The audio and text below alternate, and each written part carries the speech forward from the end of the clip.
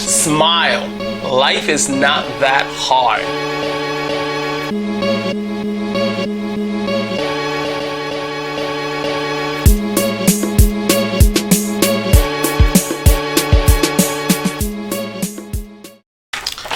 Dealing with difficult people.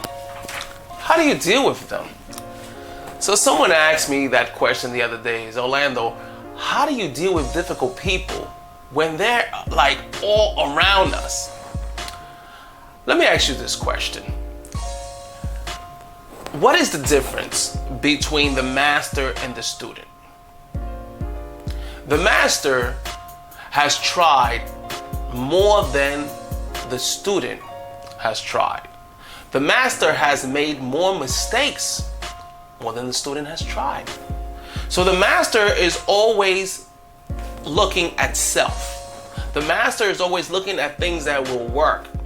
The student is saying, okay, I tried this and that's it. Everyone is difficult and I'm going to deal with this person the way this person deals with me.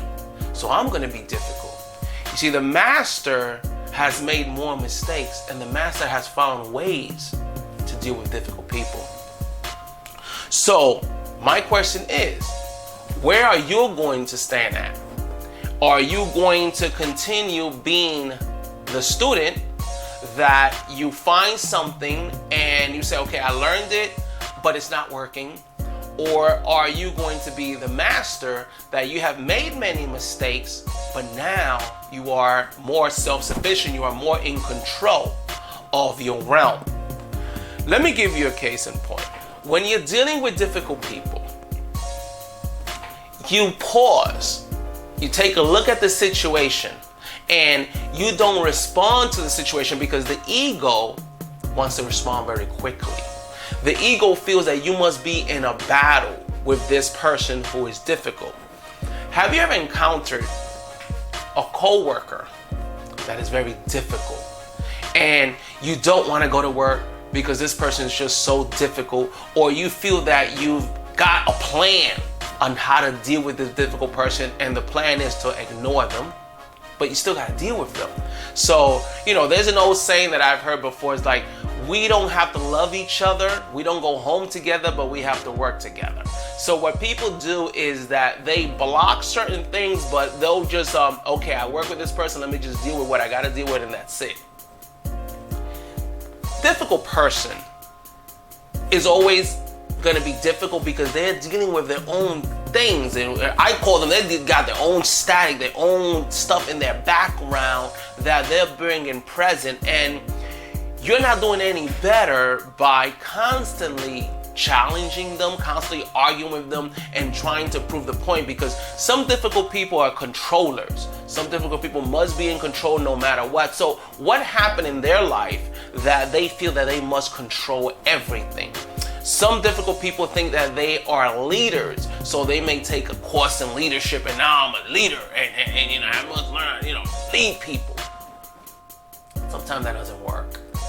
So what I do when I'm dealing with a difficult person, I may not like what that person is saying, I may not like how that person is presenting themselves, but I'll pause and I'll just take a look at them and just watch them speak. And what happens is when you just stop, you look at them directly in their eyes. You don't look to the side. Because now you're showing a sign of nervousness to them and yourself. Because remember, the mind is like a monkey.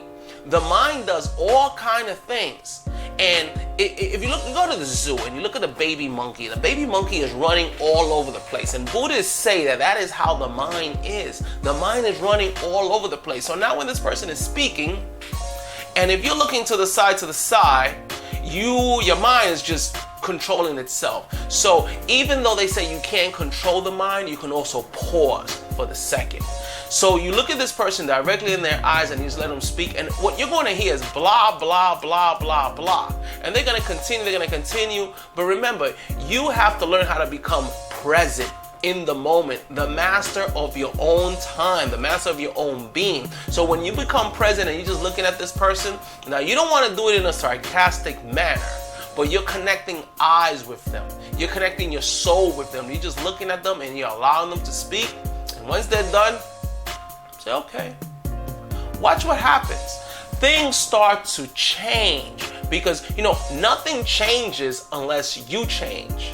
So if that person is difficult now, you're becoming difficult, and y'all both going back and forth, what happens is that you're going to create a hostile environment. Let's say if it's in your home dealing with your children become difficult. Let's say if it's with your wife or with your husband, and let's say if it's at work. It creates a hostile environment and the situation is never ratified. So my lesson to you is when a person speaks and they're becoming difficult and you really want to respond, don't. You just look at them. Just pause.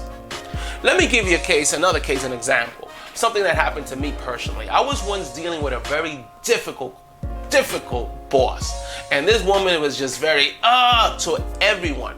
She would just come to my office, throw the chart on the desk if I did something that that she didn't agree with. Well, how can you do this? You've been doing this job for such and such, and just very arrogant.